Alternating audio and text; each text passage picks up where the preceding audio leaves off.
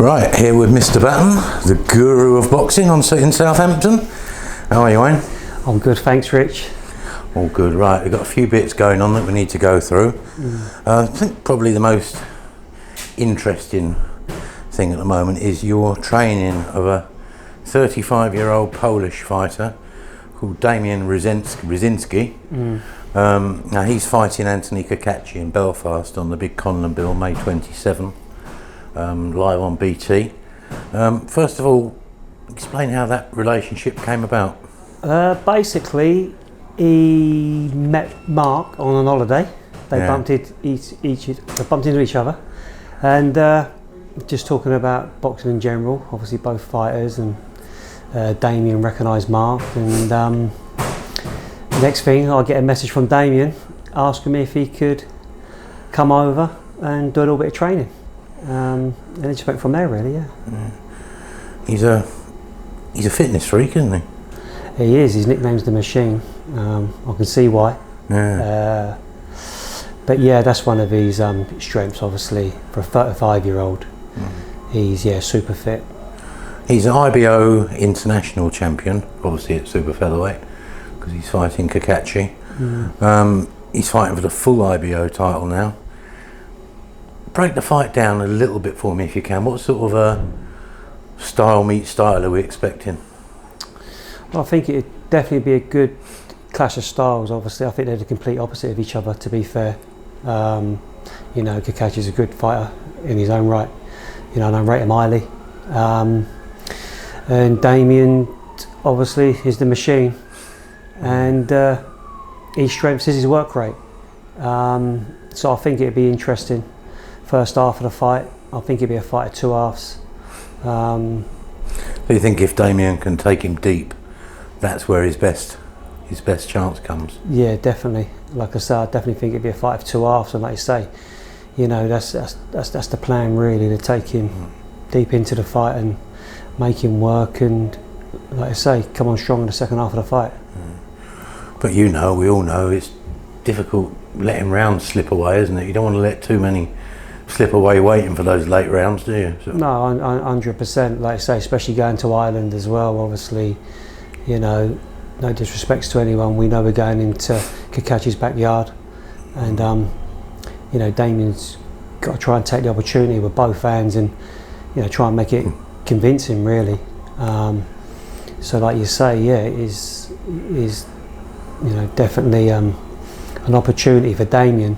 And like I go back to what I was saying, I think it'd be a great clash of styles, and it sounds like a good fight, doesn't it? Yeah, definitely. Yeah. I think obviously, it makes sense. Obviously, Damian being the IBO international champion, and he's been chasing him for a while, hasn't he? Yeah, of course. Obviously, that's just a bit of friendly banter. I think Damian trying to, what the sport's get like. Some work, yeah. Exactly. I'm not the sort of person to say this and say that. I like to, keep your mouth shut in a way, but sometimes, obviously, more so from the fighter's point of view, they've got to call people out and try and make the fight happen sometimes, otherwise they could be sat there waiting for a long time. Closed mouths don't get fed, isn't it? No, yeah, exactly, yeah. But no, it's obviously Damian at 35 as well. When's his next opportunity going to come? And he realises that, so... This is his golden ticket, sort of thing. Yeah, definitely, 100%. Like, he's been the Polish, I think, featherweight and super featherweight champion. He's won a couple of international titles. This is like he's. There are no mugs over there, are there? No. Like I say, there's, obviously, the thing that's taken me back most with him is obviously his work ethic and his mindset of, they want to fight. They're not like, they won't pick and choose who they're going to fight. One thing I noticed when they will fight anyone. And sometimes that's all you ask for, isn't it? Before that, and probably most importantly from, say, our perspective, little Ryan is back May 12 at York Hall. A six-rounder, probably not exactly what he wants, but he's been out for a long time. He's had various things happen to him, including a skirt with a HGV on a motorway, which obviously you went through as well. Yeah. But I've got to say, he looks fantastic seeing him today. I mean, he looks so fit and healthy and happy. It's even more so than in previous visits. Are you seeing that? Yeah, I think circumstances in his own personal life now have changed. I think he's grown up a lot. He's obviously. a father. Yeah. He's a father. They've got their own place and understand about responsibilities of bills and having to earn money. But I think more importantly, he knows now this is his time and his opportunity.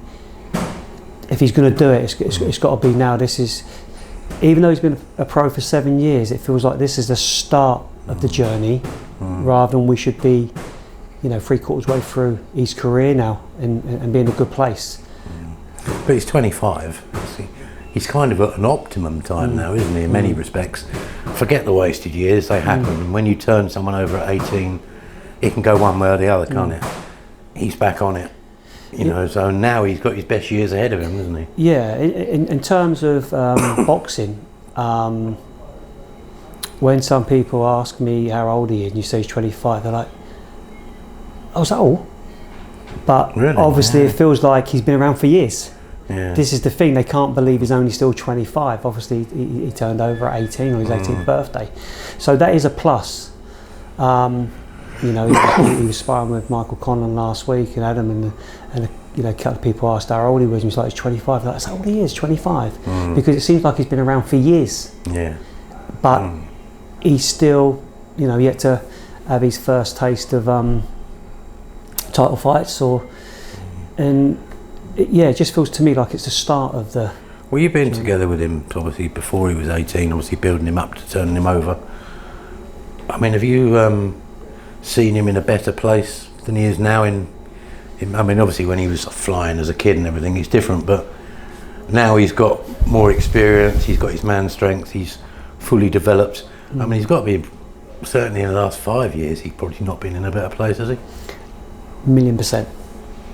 Bar, I think, and I've had this conversation with Ryan a few times. I think when he turned pro at 18 and everyone was speaking highly of him, I think his first 4 pro fights he was really on it and showing obviously everyone what he's capable of doing, the talent he's got. But in between now, this is the time now, bar his debut, his first 6 months, 7 months, this is the time now where this is the best Ryan Garner that I've seen. I mean, you think in the build up to you taking him over to the Conlon gym the other day, part of you, at the back of your mind, must have been thinking, this is where I find out if the old magic's still there. Because back in the day, he was sparring Conlon, he was sparring Frampton, he was sparring Warrington. They were all fighting over his services. And they were all saying, if that's not a world champion, then I don't know what is future world champion. Yeah.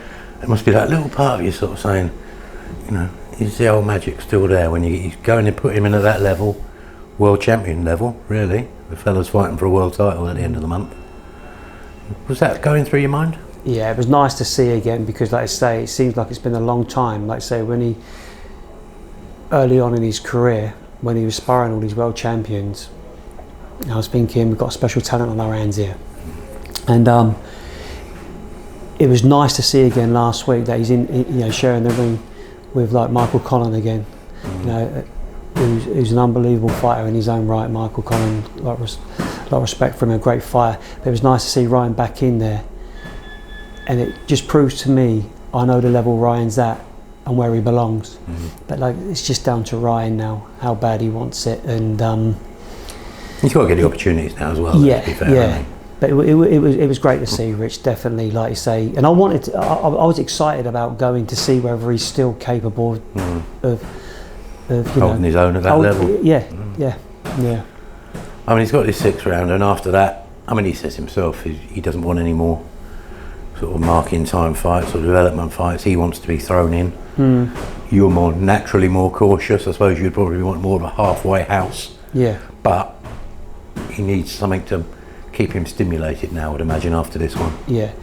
I was only thinking about this morning, actually, obviously, before you come down, and I was thinking that I think, like, obviously, like, with Mark in the gym at the moment, who's the IBF European champion, and Damian with his like international international belt and fighting for a world title.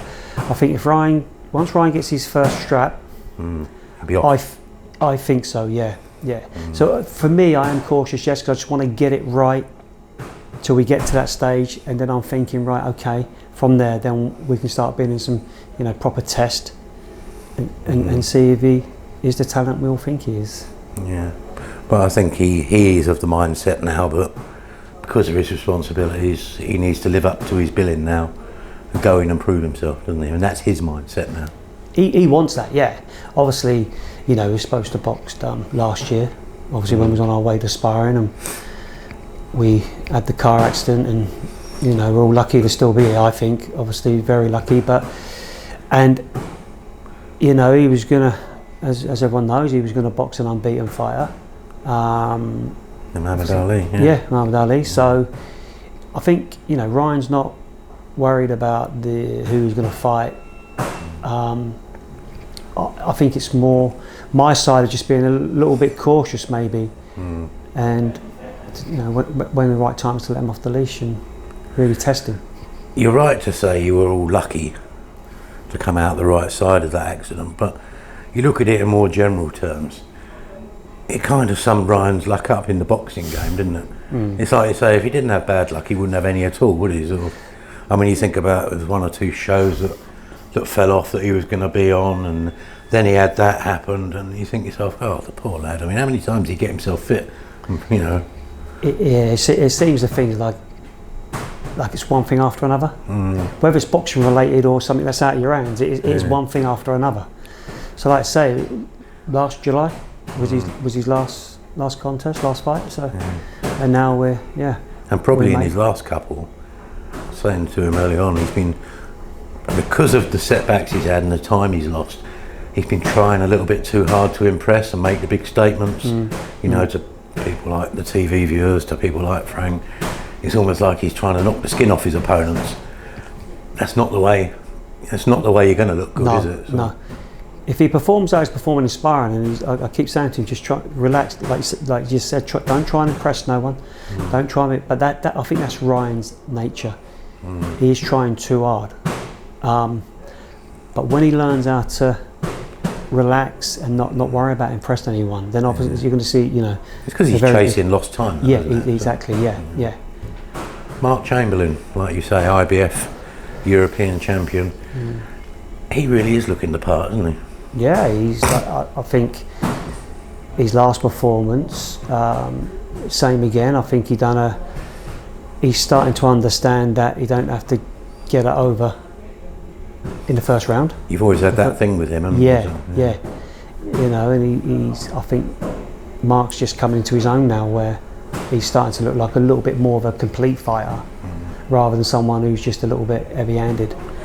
He's putting systematic beatings on people, isn't he? Which is a talent in itself, isn't it? Yeah. Because he's not dropping a pace or going up and down, having a round off. He's like just going through at a good momentum and tempo, and eventually he will land one of those big ones, and it's going to be too much for him. Yeah, I think long term, when he gets into the later rounds of fights, he's going to have that bit more know-how, a bit more experience of how to deal with situations and how to break fighters down and how to set things up.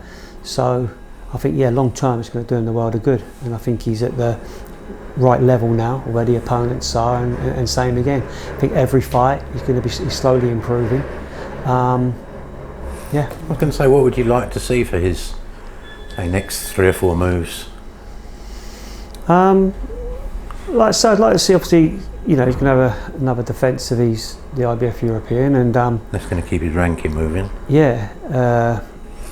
Obviously the British title was always in our sights, which we'd like to compete for. But obviously sit down with Frank and see what Frank's obviously got planned for him. And there's no one better than Frank to guide someone, so as far as I'm concerned. So let's put it this way, you could be sort of 5 international fights away from a #1 spot, couldn't you? Yeah, exactly. Those things can move quite quickly, couldn't they? Like I say, if you're consistently clocking up those wins at international level. Yeah. And all of a sudden you find yourself at one, you're number 7, then you're number 3, and before you know it, you can be in a number 1 spot without even really probably deserving it fully. Yeah. Like I say, I think Frank Warren's the best out there for guiding fighters through the right path. You know, and I trust Frank with his decisions, and when he feels as well like we need to step up and so on. So, do you still feel that Sam Noakes fight is there, or do you think that sort of lost a bit of lustre? At one point, it seemed like it was building a bit of momentum. Like there was a little bit of backwards and throwing, but it seems like it's settled right down now.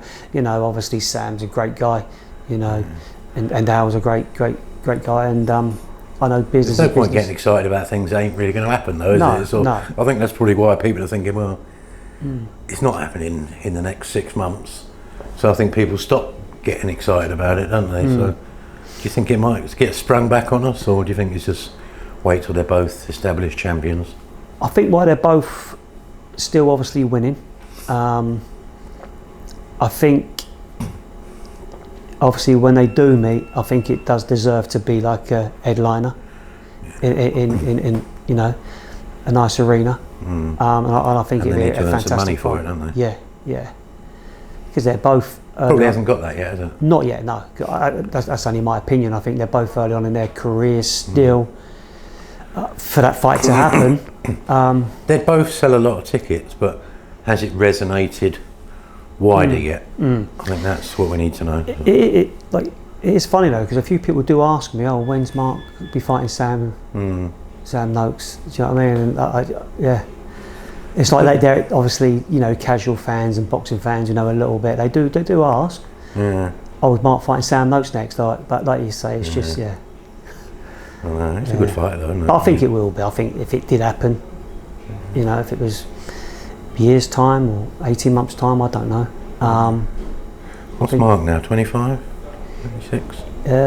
25. Yeah. I think Sam's about the same, isn't he, I think. Yeah. So. Going back to your overseas dalliances, I was going to try and say his name properly, but I won't. Alex Moyer. Tell us a little bit about him and your association with him. I mean, he's a middleweight, light middleweight? Super lightweight. Super lightweight. Yeah. Tell us, I mean, he's reached a good level. He's a champion, isn't he?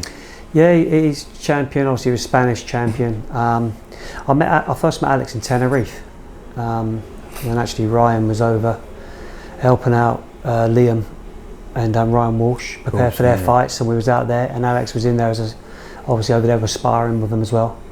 And yeah, I met Alex there, and obviously we sort of like kept in touch. And then he's been over a few times for a few weeks at a time, do a little bit of training. Have you ever cornered him? No, I haven't. No. But obviously, since his last fight, he's asked me if he wants to find actually like a proper full-time trainer now, and he's asked me to do the job, and I'm happy to do it. Yeah. And hopefully he'll be out in June, and then hopefully a title fight in July. Do you think potentially you can get a UK fight, or do you think we're just talking about in Spain? Or no, I'd like to get him a fight in the UK. Obviously, that would be my plan, really, ideally. I'm sure, if Queensbury got a few super lightweight champions, obviously, if they'd be happy to take up the challenge, I think Alex would be willing to. I'm trying to think who they are off the top of my head. Yeah, I know, I'm sure there is, but I just can't think of them straight off the top of my head. So. Yeah, I think Henry Turner, is he super lightweight? Oh yeah, they've got the young ones, haven't we? You've got the young ones coming through, but maybe I'm not sure whether that'd be the right fight for them at this stage. There's a lot of shows going on, isn't there? So yeah. He's got some currency to bring to the table, hasn't he? Yeah, definitely, yeah. Good record, a title. Good record, a title, yeah. Do you rate him highly? So you think he's can he really push on? Yeah, I do. I do rate him. I'd say he's done plenty of rounds in the gym. I've seen, like I say, with the sparring the Walshes, and I think right back in the day, I think I was sparring with Luke Campbell, I think over in Tenerife, I think, or Ricky Burns, and does he live in Tenerife? No, it was he'd like to base himself out there at some point. I'm sure he would. Yeah. He's about just outside Barcelona. Okay. And like I say, he's done plenty of rounds here with Mark and Ryan and Josh and the boys. So he's going to start coming over for 10, 12 week camps? We'll come to an agreement when he gets his fight date and hopefully get him over as early as possible. So he's got plenty of time to prepare. And, this would be in Southampton will remind him of Barcelona, wouldn't it? Sort of. No, exactly, yeah. Very similar. Yeah. Sort of glitzy coastal resorts, you know. Sort of. But he does like to go to Tenerife as well, for training camp as well to prepare. But obviously, with my commitments here with the other boys, if it works, with the dates work, then I'm more than happy to do it. Let's just quickly round off the rest of the gym so we don't leave anyone out and upset them. Josh Frankham, he has had a fight fairly recently, but he's also had a bit of stop-start because of illness and stuff like that that's sort of kept him sort of out of regular action. Is that fair to say? Yeah, like I say, I think the last few performances as well, like you say, he's mostly been back, like you say, with illness and so on. I think he's just coming into his own now though, Josh. I think he's just starting to come into his own. I think over the next 12 months, I think you'll see an improved Josh Frankham. You know, there'll be time to step up a little bit in a minute with Josh, and I think that'll bring the best out of him. Yeah, I mean, they all reach that point where you've got to take a fight, haven't they? And then we all find out, you included. Yeah, but you know, another one, I know I say it, but I think Josh's work effort is second to none. I think he's a pleasure to train. He's flitted around a few ways, we hasn't he? just trialling a few things, Rich, to be honest. Like I say, we didn't know whether he was going to campaign at welter or super welter. But I think we'll find out now in the next 2 fights where he can campaign at. But I think it will be possibly super welter. Lastly, I believe, and you can correct me, young Jack McLaughlin is on the sort of cusp of turning over, a very good amateur. You're biding your time, you know, I suppose, like you would with all young prospects, and just waiting for the time to be right to thrust him forward. Is that fair? Yeah, like you just said there, I'll just try to make sure that it's right before Jack has his pro debut. I think you only get one pro debut, and you know, I'd like him to go out and make a little bit of a statement and open up a few eyes. So I'm just trying to get it right with him. You've got to get that transition right, haven't you? It's not Definitely. just a case of you're a good amateur, right? Your debut's next week. Yeah. And like I say, just say to him, just trying to show him as well that you've got to put the hard work in and the grafting. You know, before you have your pro debut, and I just don't want to hand it to him and say, there you go, Jack. Facts of life. Exactly. So I'm just, you know, making sure it's going to be the right time. And I think he's going to do quite well with tickets. From, you know, everyone's always asking when he's going to be having his debut. I must admit, now you say that, I did that interview with him, might have been last time I was here, and the numbers on that interview just went. Did it really? It flew, and I never, you know, I didn't remember really broadcasting it. So he must have shared it, and all of a sudden it went up into the thousands. You know? I think, like I say, I think he will be popular, which I think is a bonus. So maybe I'm just like, making sure I definitely take my time with him, so all them fans come back again and show their support. Have I missed anyone? No, I think that's it, Rich. I think we still await that big Southampton heavyweight to knock on your door and make your fortune. That's it. I say you like a lot of trainers. I mean, you don't really. All the kids these days coming through, they're all little, aren't they? You don't really even middleweights are quite rare, aren't they? Yeah, it seems like, say, as you go up in the weight categories, it seems like say, the bigger ones are far and few between. But you could do with some of these people from the marquee divisions coming in. I mean, even welterweights would be something, wouldn't it? But welterweights, middleweights, and the heavyweights. You fancy having a heavyweight? Do you think your shoulders and hands could cope with it? Yeah, they're nice in conditions, Rich. Yeah. Even at your age? Yeah. It'd be nice. It'd be nice. Never worked with an heavyweight. No. Has Southampton had a heavyweight? I think Colin McKenna might have been. That's what he's Jeff McKenna. I'm just trying to think who else. Not Brian's really. had Welsh, didn't he? So. Yeah.